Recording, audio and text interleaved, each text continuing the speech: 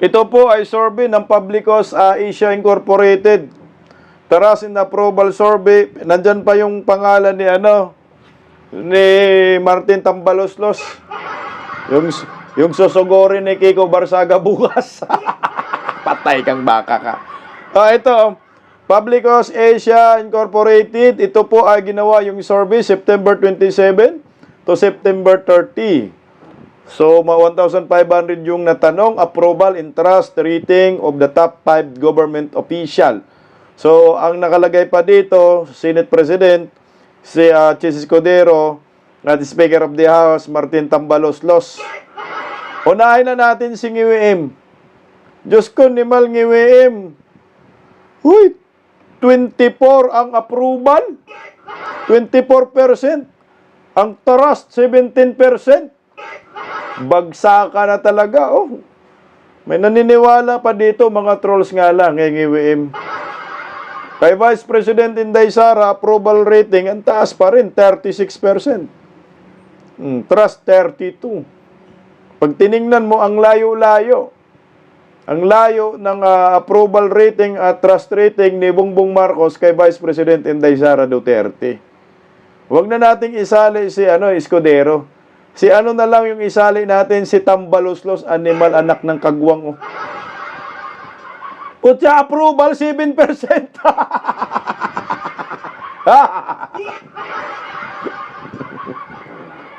Animal, tao pa ba to? O demonyo? Approval rating, 7%. Public servant pa ba to? Limas pa more. Trust rating, 5.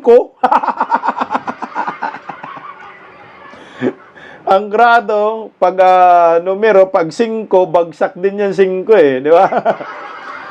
sa eskwela, no? 7, hatsa, 7. Hatsa yan sa amin eh, palakol. Kinina Martin Romualdez, sa sobra mong kawatan. Ang approval rating mo 7% na lang. At trust ang rating mo 5% na lang. Siguro nagtitiwala sa'yo dito yung mga buhaya sa Kongreso, si Manix. Mukhang si Saldico nga, hindi na rin nagtitiwala sa kanya eh. Murang kaya tinatabla na nila si Saldico eh. Titiwala dito si Sandro. Ayan. Okay, Ninam, 7%. Ang lakas ng amats nyo, tapos sisiraan ninyo si Vice President Inday Sara Duterte, sasabihin nyo kurakot. Kung kurakot si Inday Sara, hindi ho sana yung approval rating ni Inday babagsak at tataas yung sa inyo. Hindi man lang ginawang 10 yan. Approval 7. Oh my gulay. Trust 5. Ano naman itong impactong ito? Wala na talagang titiwala dyan. Tangina, nilimas yung kaba ng bayan, trilyon, sandamakmak na insertion. May sariling private jet. Putang ina, no? Dapat yung private jet niya, inano na yan, kinuha na yan ng gobyerno, kaso ang kukuha rin naman yan, si Palaka. Kukuha rin si Ngiwim. Kaya ang solusyon talaga, para makuha yung kayamanan nila, Saldico, Bongbong Marcos, palitan talaga yung Pangulo natin eh. Yung Presidente ng Republika ng Pilipinas na walang kwenta. Pahirap sa bayan eh. Tingnan mo, lindol ngayon, kaliwat ka na, nasan siya, tulog pambuang. Pero si Vice President Inday Sara, ginagampanan niya talaga ang kanyang tungkulin. Mantakin mo binabawasan pa ng budget yan pero nakatulong ng todo. 2 lindol, bagyo, baha, nandun ang Office of the Vice President. Animal, mas malaki pa nga ang pondo ng PCO. Ang PCO, nasa 2 billion ang pondo, kaya Inday Sara, 700 million lang eh. Utang inang namumumuaya eh.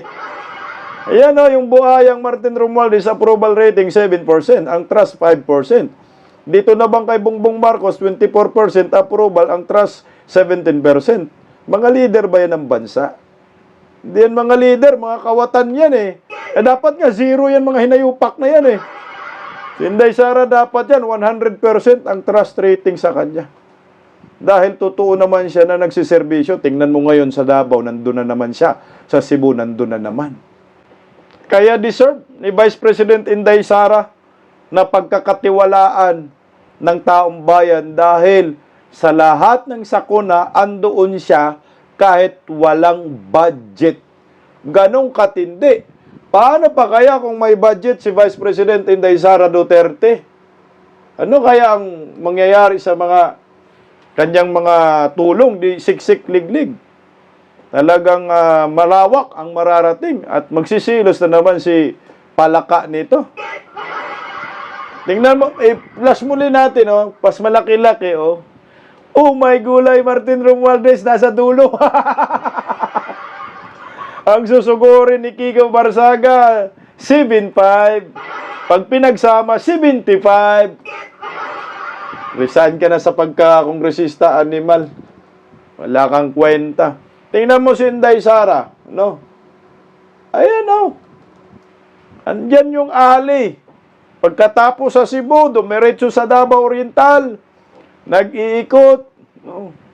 Para sa mga Pilipino na nasalanta. Kasi nga, kailangan talaga ng nanay at ng tatay ang Pilipinas sa mga sakuna sa panahong ito. Kaso ang problema, yung tatay nga, iwan ko, tulog pa yata. May hangover pa ba?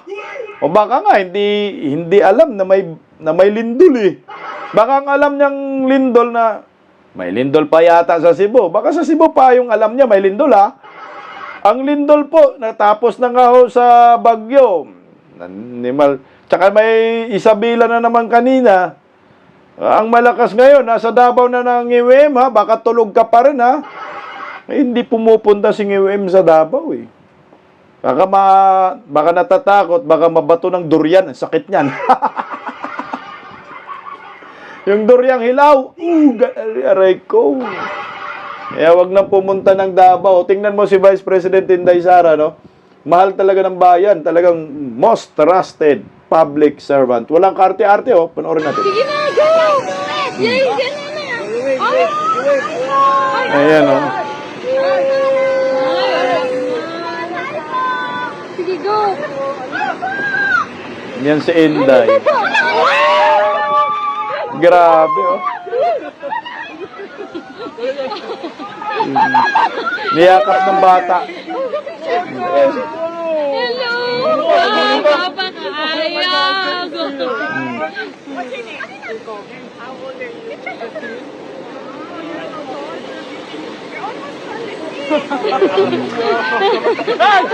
Hello! Tingnan mo si Inday Sara, talagang deserve niya na pagkakatiwalaan siya. Walang kaarte-arte, no? Niyakap siya ng bata na kasando, walang problema, yakapin din kita. Pag si BBM yan, itulak ka. Sabay gano'n ng alkohol, putang yan. Dati si Palaka, nangunguyot na nga yung mga katawan ni Palaka, di ba? Nangunguyot na, kita mo yung kamay ni Palaka, tuyong-tuyo eh. Itutulak yan ng mga alta pressure, pero si Inday Sara, Day, laban lang Day, may pag-asa pang Pilipinas sa'yo. At someday, magiging presidente ka talaga ng Republika ng Pilipinas. Kunti na lang. Mantakin mo kahit anong banat-banat, no? Anong bira ng bira ng mga ni Martin Romualdez, mga buhaya sa Kongreso, PCO, itong si Antikririring. Wala, hindi pa rin umuubra eh. Number 1 pa rin. Taras na approval rating. Paano hindi magna-number 1? Eh, pag tumulong sa kapwa, sincero, eh, tingnan mo. Ayan. Si Vice President Inday Sara na pumupunta na sa mga namatayan, no? Pero si Bongbong Marcos tulog pa rin. Tigil nyo na yung singhot nyo. Nimal naman talaga eh. Walang kwentang presidente. Ito yung gusto nilang pabagsakin. Ito yung gusto nilang sirain, pero wala eh. Talagang mahal ng bayan. Kahit saan. Inday Sara ang tunay na maaasahan. Siya na lang ang tanging pag-asa. Ako nga, kung nasa katinuan pa yung mga advisor ni Bongbong Marcos, kung meron kayong awa sa bayan, advisean nyo naman, sabihan nyo naman na mag-resign ang animal. Wala na, kawawa na ang bayan sa kanya. Bagsak ang ekonomiya. Magkano palitan ng piso kontra dolyar ngayon? Mga almost 59 na. Utang, lumalago ang utang. Hindi ekonomiya yung lumalago, utang eh. Utang ng ina nila eh. Yun yung lumago. Utang ng ina nila, utang din natin yan.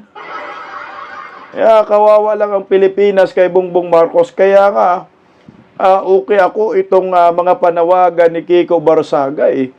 Kasi ito na ho talaga ang tanging paraan para maayos ang lahat at magbago ang takbo ng ating bayan at magkaroon ng panibagong pag-asa. Hindi ba ho tayo nalibadbaran sa kaliwat kanang korupsyon? Na sana nga ho, magtagumpay itong pakikibaka ni Kiko Barsaga dahil palaban din si Kiko eh. At sana may susuporta.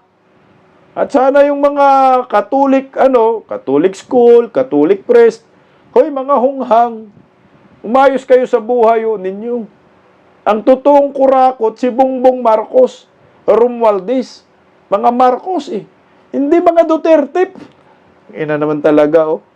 Kaya nalilihis yung landas eh. Dinadama, hinahatak ang Duterte. Wala namang kinalaman sa flood control. Si Bongbong Marcos, Martin Romualdez.